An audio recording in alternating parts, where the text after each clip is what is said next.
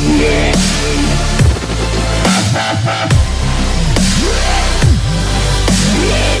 an interview with the German newspaper Heilbronner Stimme, the former president of the Central Council of Jews in Germany, Charlotte Knobloch, voiced grave concern Friday over growing anti-Semitic sentiment in the country. She said that public Jewish life is under threat and can only be lived out in public with police protection and under the most serious security precautions. Knobloch pointed out the fact that Hanukah celebrations in Berlin and Munich, as well as the large menorahs installed in both cities, were, by necessity, accompanied by massive, around-the-clock police protection. A large menorah installed in the city of Heilbronn, for instance, was attacked and damaged by vandals.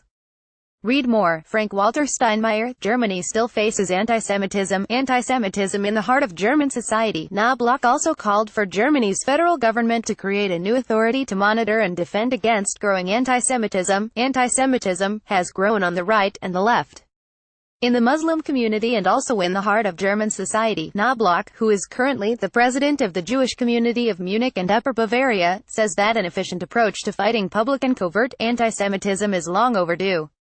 In April, Germany's parliament, the Bundestag, received an expert report it had commissioned on the problem. The report found that Jews in Germany were facing increasing anti-Semitism in their everyday lives, leading them to fear for their safety. Read more. How safe are Jews in Germany? One of Germany's most famous silent films, The Golem, How He Came Into the World, was made in 1920. Paul Wegener directed and played a leading role in the film set in 16th-century Prague. The Jewish ghetto is in danger and the emperor ordered the Jews to leave the city. Only the mythical golem can help. It's one of the earliest films to address the persecution of Jews. Based on a novel by Hugo Bettauer, The City Without Jews is an important example of how films have taken on anti-Semitism. The Austrian-made film is set in Vienna in the 1920s and shows how the residents held Jews responsible for all social ills. Critics, however, have lamented the film's use of anti-Semitic cliches. 4 years earlier in 1916, the American director D.W. Griffith had created the monumental historical film, Intolerance. The story explains historical events over the course of 4 episodes, taking intolerance to task. Yet in a scene showing the crucifixion of Jesus, Griffith employed Jewish stereotypes. As a result, critics have also accused Intolerance of demonstrating anti-Semitic tendencies. Ben-Hur was first made in 1925 but has been reinvented many times since then. It tells the story of a conflict between Jews and Christians at the beginning of the 1st century. Jewish Prince Judah Ben-Hur lives in Rome and occupied Jerusalem as a contemporary of Jesus Christ. The way the Jewish-Christian relationship is showed in the Ben-Hur films remains a topic of discussion today. Although hardly known today, G.W. Papist's The Trial, 1948, is an astounding early example of how the cinema reacted to the Holocaust. Filmed in Austria just 3 years after the end of the war, Pabst tells a true story set in 1882 in Hungary.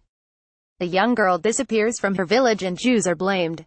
Tragically, a pogrom follows. The trial remained an exception. After the war, it took the film industry in Europe quite some time to deal with the subject.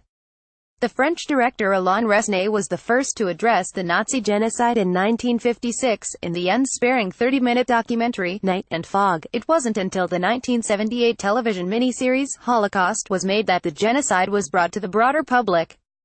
The 4-part U.S. production directed by Marvin J. Chomsky tells the story of a Jewish family that gets caught in the cogs of the Nazis' genocidal policies. 15 years later, American director Steven Spielberg was able to accomplish on the big screen what Holocaust had done for television audiences. Schindler's List portrayed the brutal reality of the Nazis' anti-Semitism in Germany, but also in Eastern Europe, spotlighting the unscrupulous SS officer Émile Goth. French director Claude Lanzmann harshly criticized Spielberg's drama. He did not really reflect on the Holocaust in cinema. The Holocaust cannot be portrayed, he said in an interview.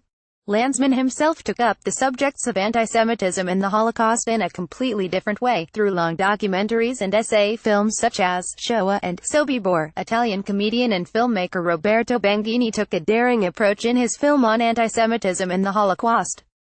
In 1997, Life is Beautiful premiered, telling the fictional story of Jews suffering in a concentration camps.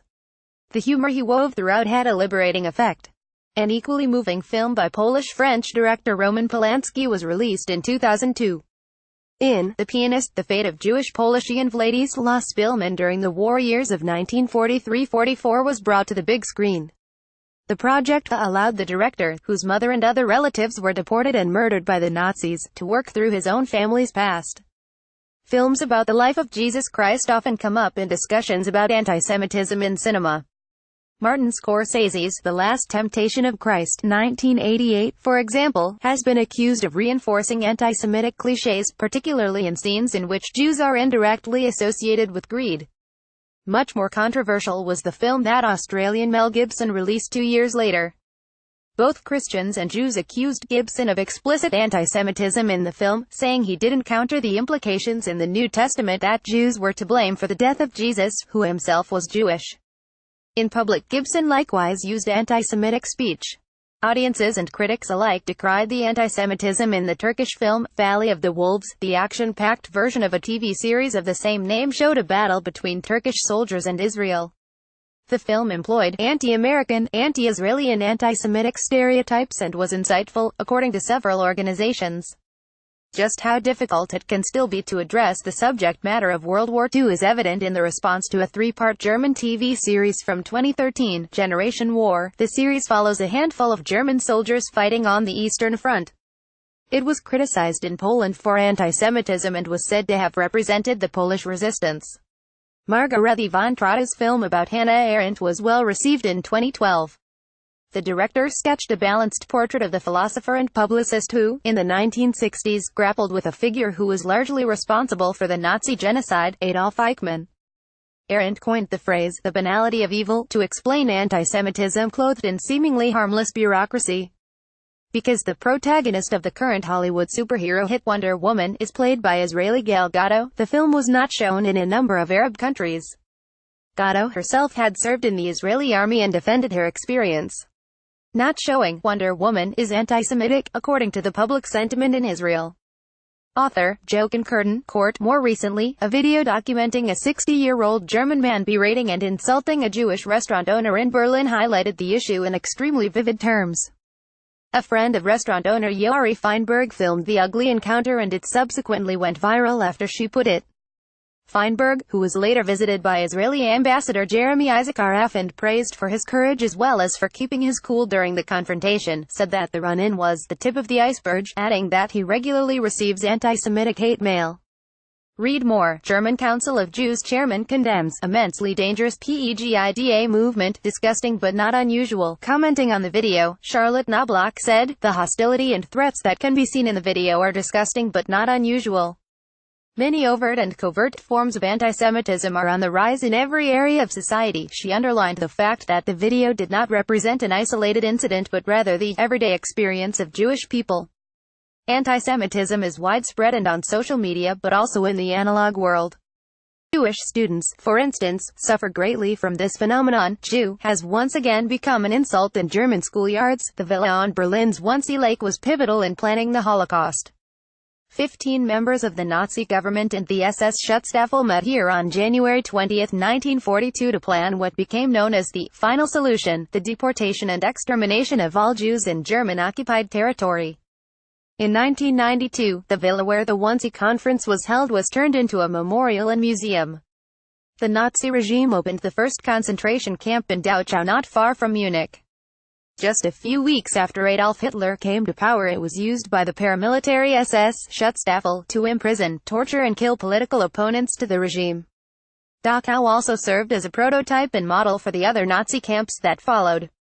Nuremberg hosted the biggest Nazi Party propaganda rallies from 1933 until the start of the Second World War. The annual Nazi Party Congress as well as rallies with as many as 200,000 participants took place on the 11 km squared, 4.25 square miles, area. Today, the unfinished Congress Hall building serves as a documentation center and a museum. The Bergen-Belsen concentration camp in Lower Saxony was initially established as a prisoner of war camp before becoming a concentration camp. Prisoners too sick to work were brought here from other concentration camps, so many also died of disease. One of the 50,000 killed here was Anne Frank, a Jewish girl who gained international fame posthumously after her diary was published. The Bendler Block building in Berlin was the headquarters of a military resistance group. On July 20, 1944, a group of Wehrmacht officers around Colonel Klaus von Stauffenberg carried out an assassination attempt on Adolf Hitler that failed. The leaders of the conspiracy were summarily shot the same night in the courtyard of the Bendler Block, which is today the German Resistance Memorial Center. From 1941, people with physical and mental disabilities were killed at a psychiatric hospital in Hadamar in Hesse. Declared undesirables by the Nazis, some 15,000 people were murdered here by asphyxiation with carbon monoxide or by being injected with lethal drug overdoses. Across Germany, some 70,000 were killed as part of the Nazi euthanasia program. Today, Hadamar is a memorial to those victims.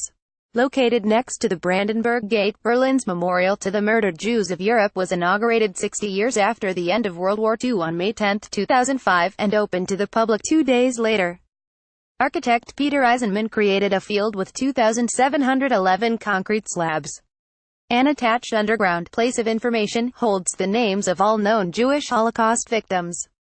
Not too far from the memorial to the murdered Jews of Europe, another concrete memorial honors the thousands of homeless persecuted by the Nazis between 1933 and 1945. The 4-meter-high monument, which has a window showing alternately a film of 2 men or 2 women kissing, was inaugurated in Berlin's Tiergarten on May 27, 2008. Opposite the Reichstag Parliament building in Berlin, a park inaugurated in 2012 serves as a memorial to the 500,000 Sinti and Roma people killed by the Nazi regime.